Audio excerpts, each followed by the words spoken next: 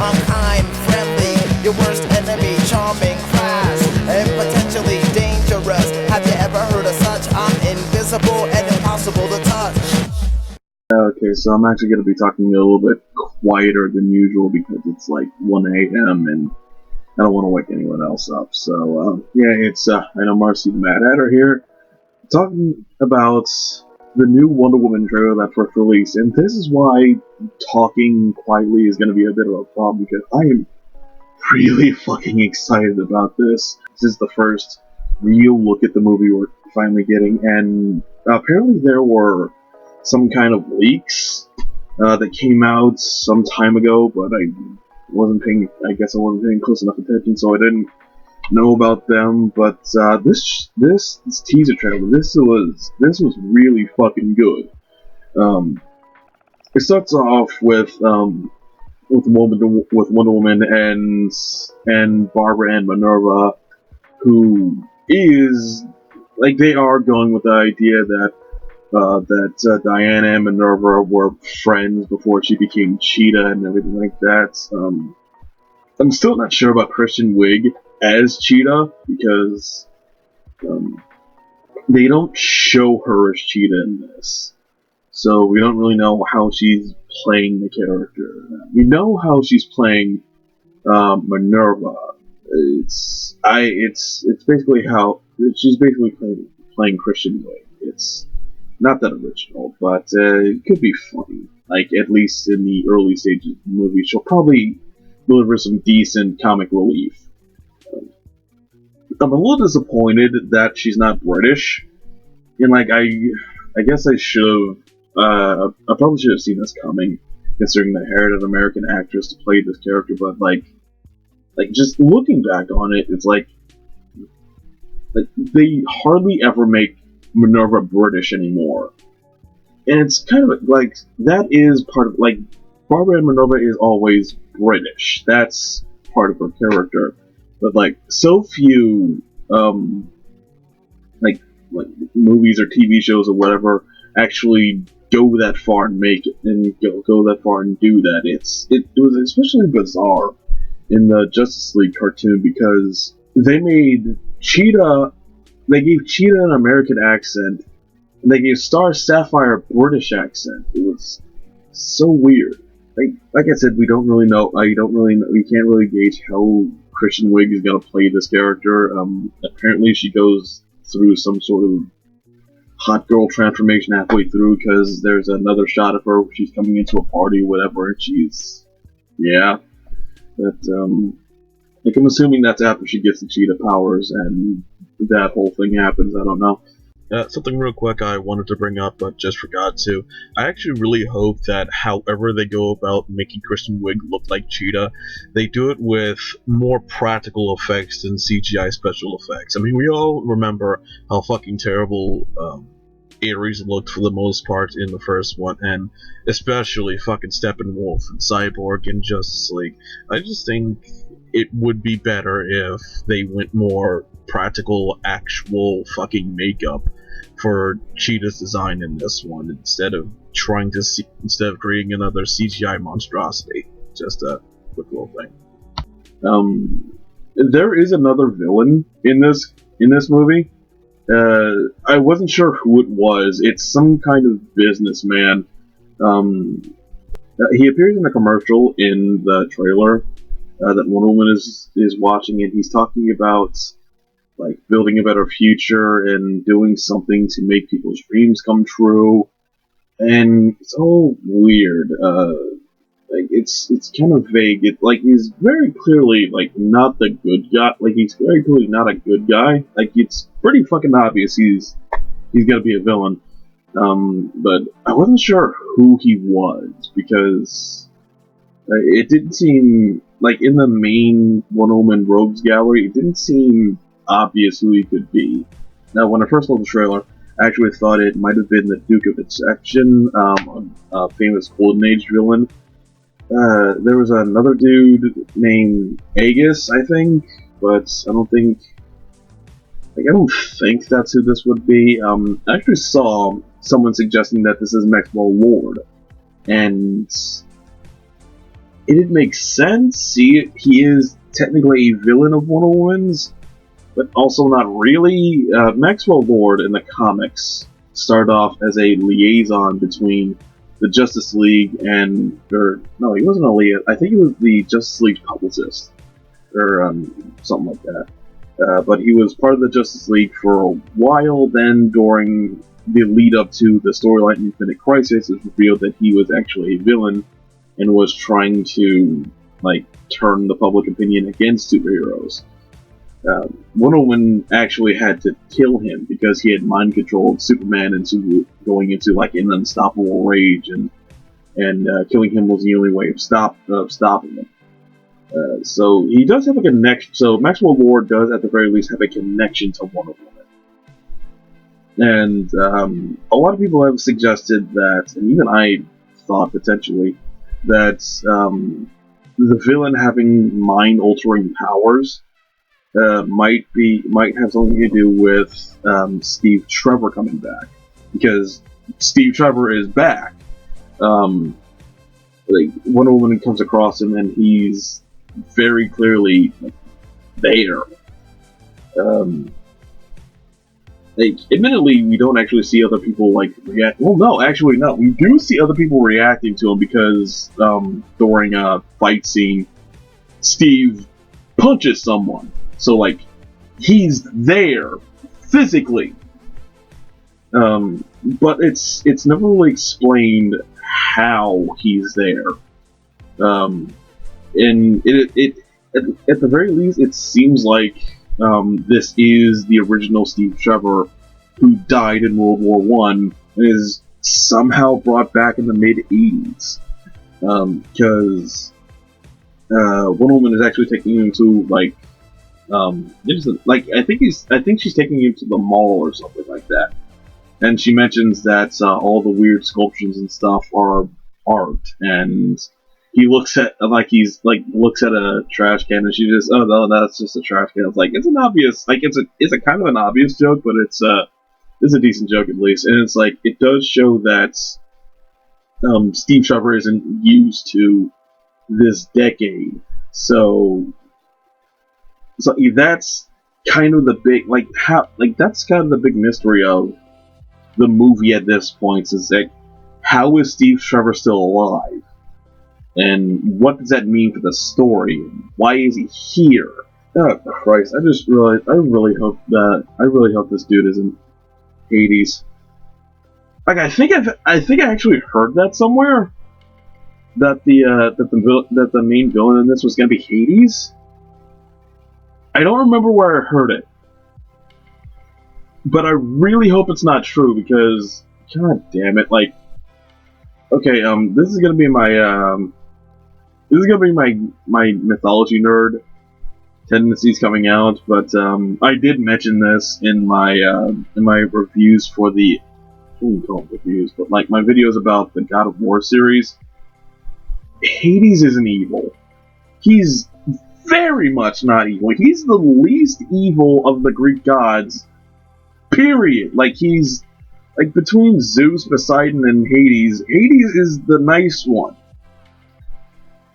But because he's the god of death, well, technically he's the god of the other world, Thanatos is the god of death, but because he's the god associated heavily with death, and because people are afraid of dying, and because his name sort of became synonymous with hell, he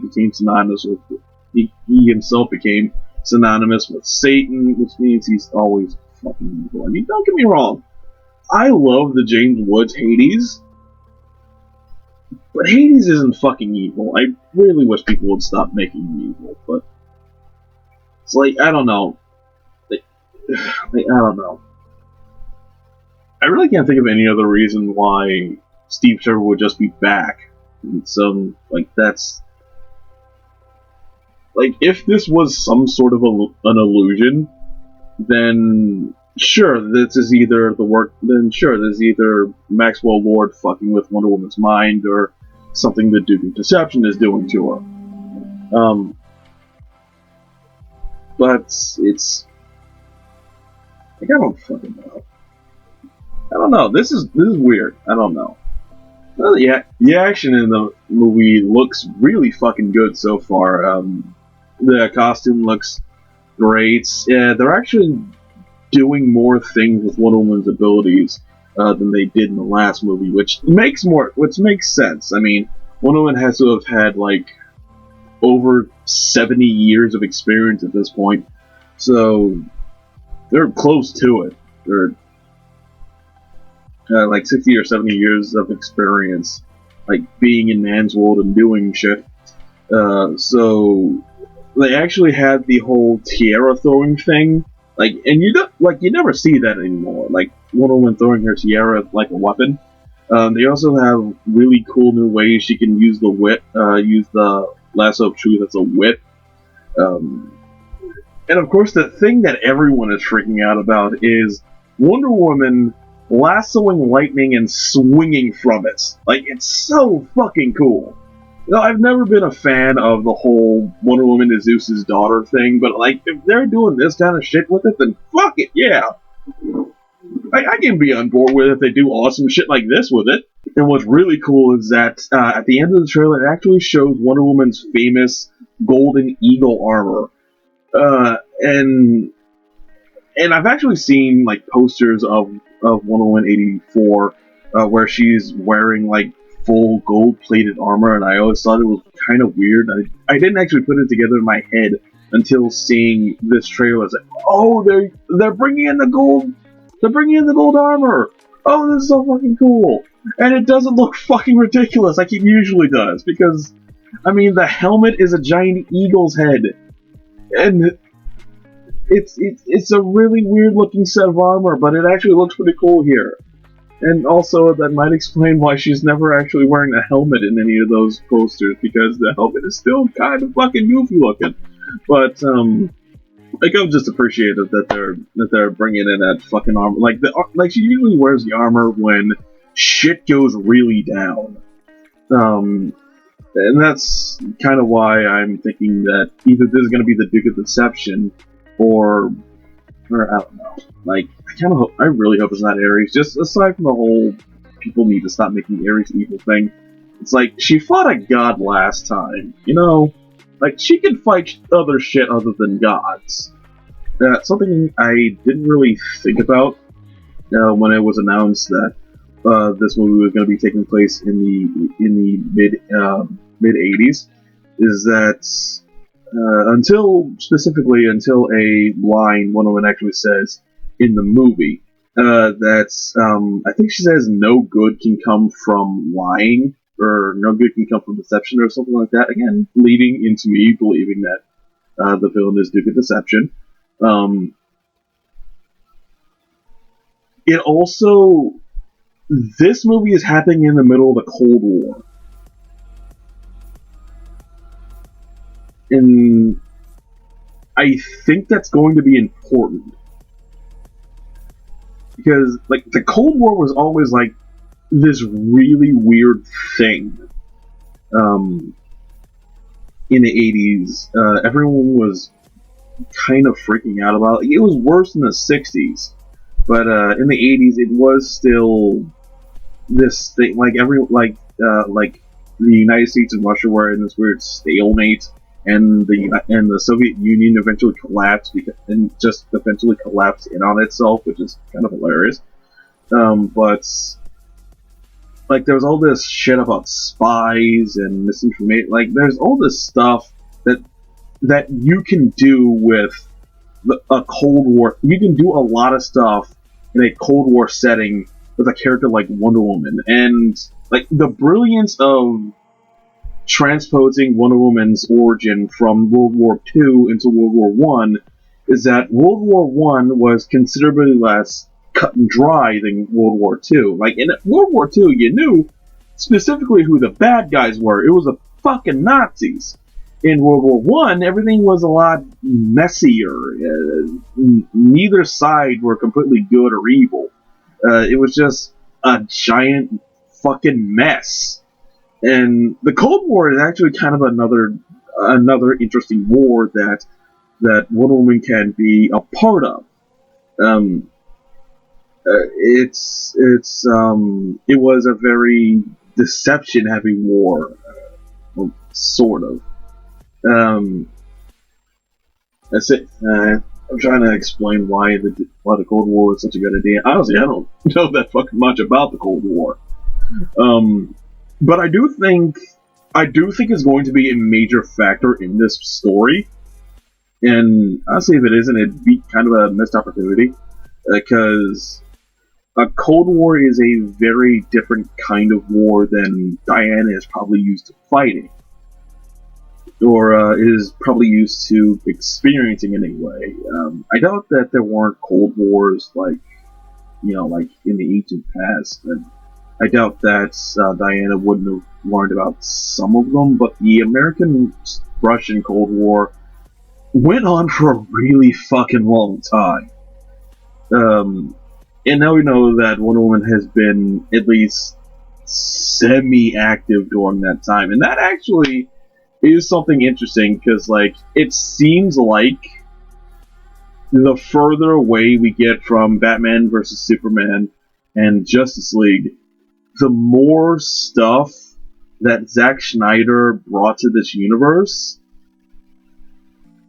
the more of it is thrown out. In Batman vs. Superman, it was especially Wonder Woman straight up stated that she had been out of the world for over 100 years.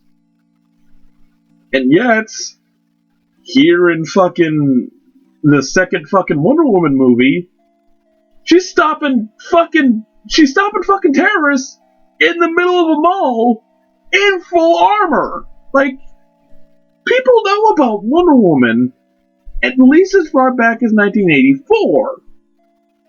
So, she couldn't have been that fucking hidden. She had to have been doing shit this whole time. It's she's, I don't know where the fuck, she's actively fighting, soldiers and shit in broad fucking daylight. There's a goddamn car chase in this movie.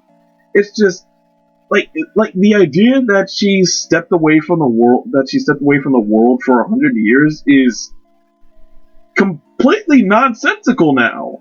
It's I have to imagine that everything that happened or at least not everything that happened in Batman vs. Superman, but a lot of it doesn't matter anymore. And you know what? I am completely fine with that. Man of Steel wasn't that good. Batman vs. Superman was an absolute fucking travesty. Suicide Squad was just as bad, and Justice League wasn't any better. Those four movies were all terrible in various ways, so, the further we get away from them, and the least we acknowledge from them, in my opinion, the fucking better. So, that's basically the Wonder Woman trailer. It's fucking amazing looking. I was a little skeptical about the first Wonder Woman movies from the trailers, but that's mostly because at the time, like I said, the movie sucked. The best one was Man of Steel, and that was just kind of mediocre. I was genuinely surprised when I saw the first Wonder Woman movie, and now that I see this, and I know what the director is capable of doing, and the new direction that the DC movies seem to be taking in general, I'm genuinely excited. Apparently, they did play some kind of song over the course of the trailer. It's some 80s song. I thought they were just making it up and just say, okay, what's the most 80s fucking song we can think of, and they just made this. But apparently, it's a real song. I think it's called Blue Monday. I don't fucking know, but it was fine. It certainly gave the feel of the era. I didn't think any superhero movie could possibly be more 80s than Thor Ragnarok, but here we are. So, yeah, Wonder Woman. Looking forward to it.